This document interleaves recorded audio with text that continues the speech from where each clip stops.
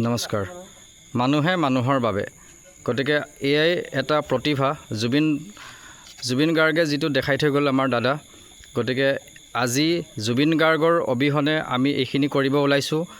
বান সাহায্য পীড়িতৰ কাৰণে আমি সহায় কৰিব ওলাইছোঁ। জামুগুৰিহাটৰ মেজিক সন্থাৰ পৰা আমি বাছ ষ্টেণ্ডৰ পৰা আমি যাব ওলাইছোঁ শিৱসাগৰ।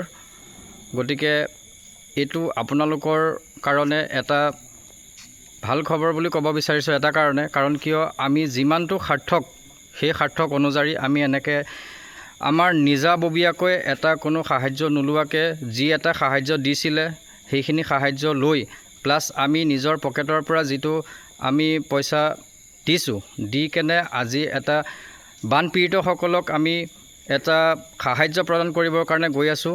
গতিকে আপোনালোকৰ আশীৰ্বাদ কৰিব। এনেকৈ আমি গৈ আছোঁ তেনেকৈ আপোনালোকো যাব। আৰু আপোনালোকক এইটোৱে এটা ভিডিঅ' কৰি কেনে এটা আপলোড কৰিছোঁ।